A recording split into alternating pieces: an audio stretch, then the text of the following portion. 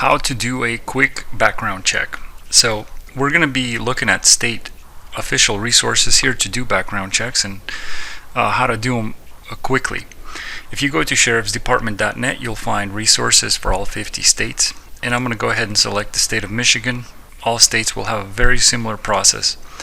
Your first option to do a quick background check is to do a name check. One of the first options here. It will give you public records, criminal records, looks at court records, has some private databases like cell phone information, previous addresses, some deep web type of records.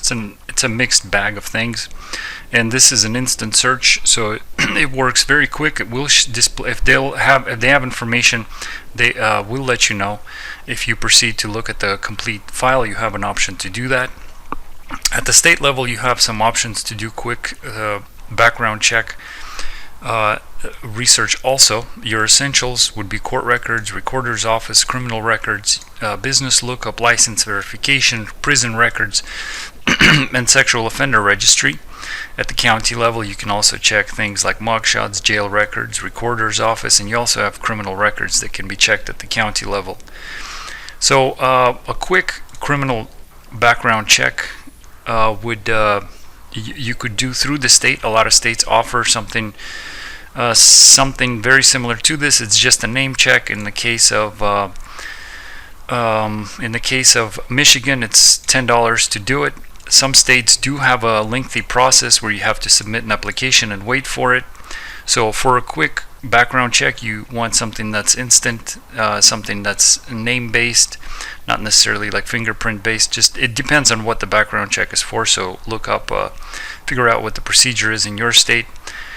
And also court records can be looked at very quickly also. So if an individual gets arrested, they eventually do see a judge, and every state has some variation of court record search, sometimes at the state level, sometimes you got to do it at the county level. So anytime somebody sees a judge for whatever reason, a court record is made. Those are public records, and so you can research that typically using a name search.